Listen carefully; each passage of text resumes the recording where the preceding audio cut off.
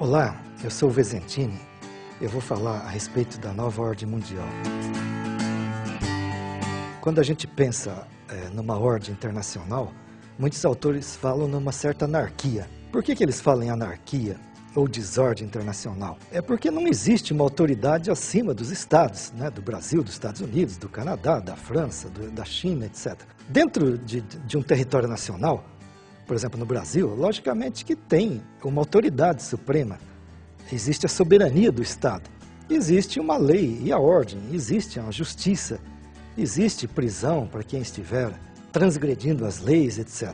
Mas em termos internacionais, não existe uma lei internacional acima dos Estados-nações.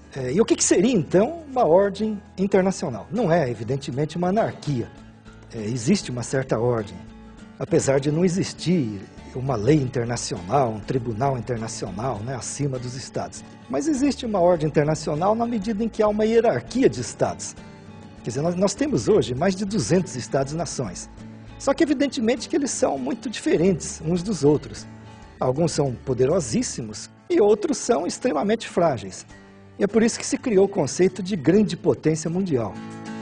Então, a grande potência mundial é um Estado-nação, por exemplo, Estados Unidos, hoje, que tem interesses praticamente em todo o globo e tem um grande poderio, tanto econômico como político-militar. Então, uma potência, ela tem que ter, primeiro, território e população, né, bem significativos. Segundo, poderio econômico. E terceiro, poderio militar. E, em quarto lugar, o que alguns autores chamam de soft power. O que quer dizer isso? Quer dizer um poder cultural, um poder de influenciar. Basta ver o soft power dos Estados Unidos com os filmes de Hollywood, com os programas de televisão, com a mídia, com os próprios bancos. Então, isso aí é fundamental para caracterizar a ordem mundial.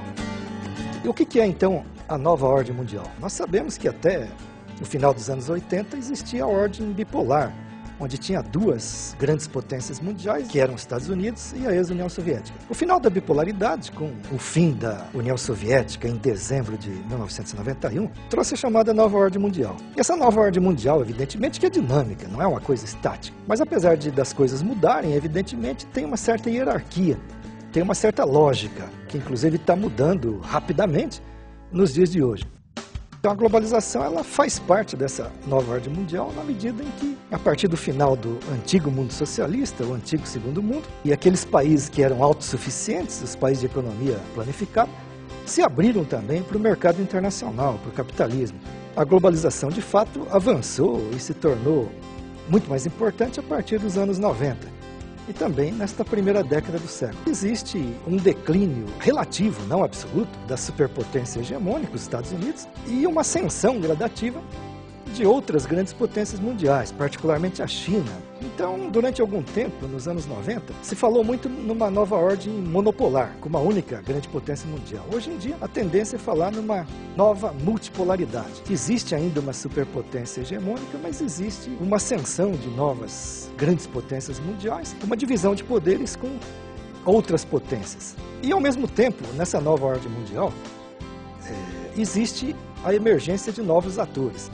Porque nas ordens mundiais anteriores, principalmente até meados do século passado, existia quase que um único ator exclusivo no cenário internacional, que eram os Estados-nações.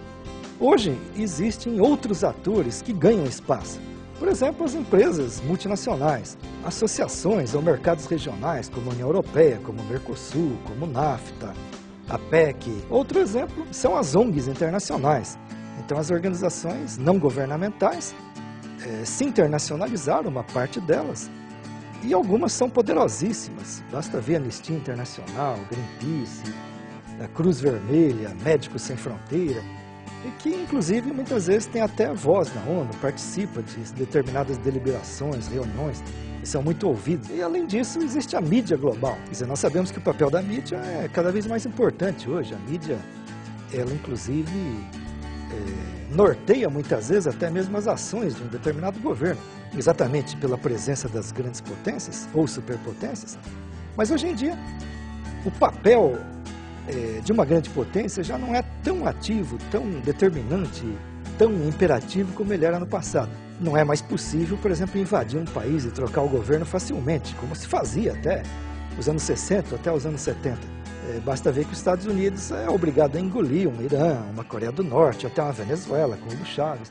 Não é mais possível uma ação unilateral assim, tão agressiva, de uma grande potência mundial, como ocorria no passado. E o que significa isso? Significa que as grandes potências mundiais, e particularmente os Estados Unidos, nos dias de hoje, estão dividindo o poder com outras instâncias, com outros atores, né, como se diz.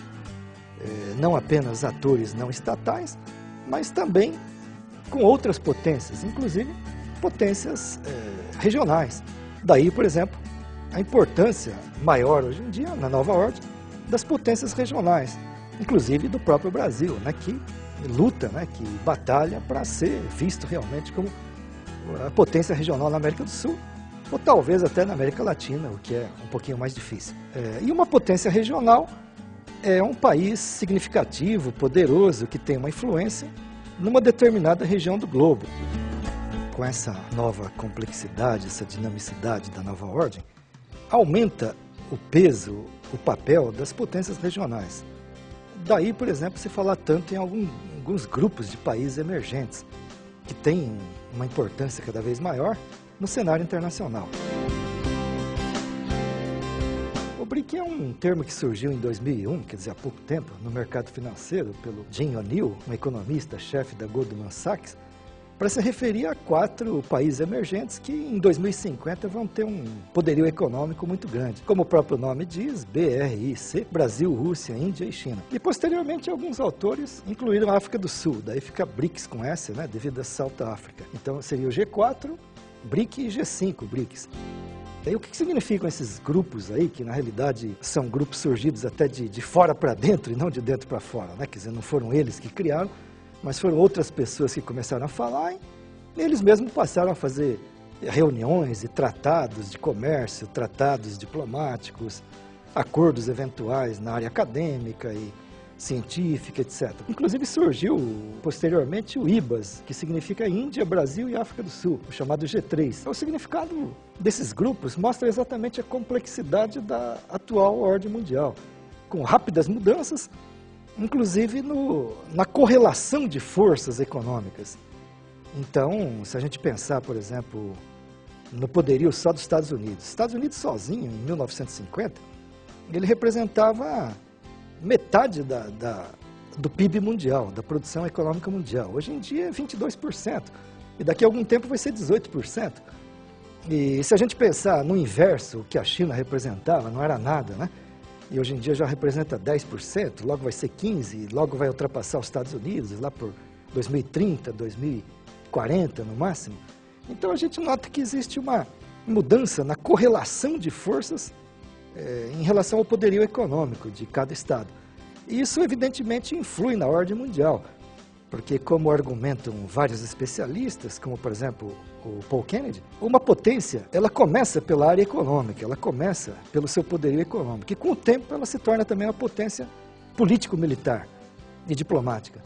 Então, esses grupos como BRIC, BRICS, IBAS, mostram exatamente a emergência de atores, né, potências regionais mais importantes, mas evidentemente que o próprio termo BRIC já vai se tornando meio problemático porque a China está deixando de ser um país emergente e está passando a ser a segunda potência econômica do globo e daqui a algum tempo, 20 anos, por exemplo, provavelmente a primeira economia do globo, talvez até antes.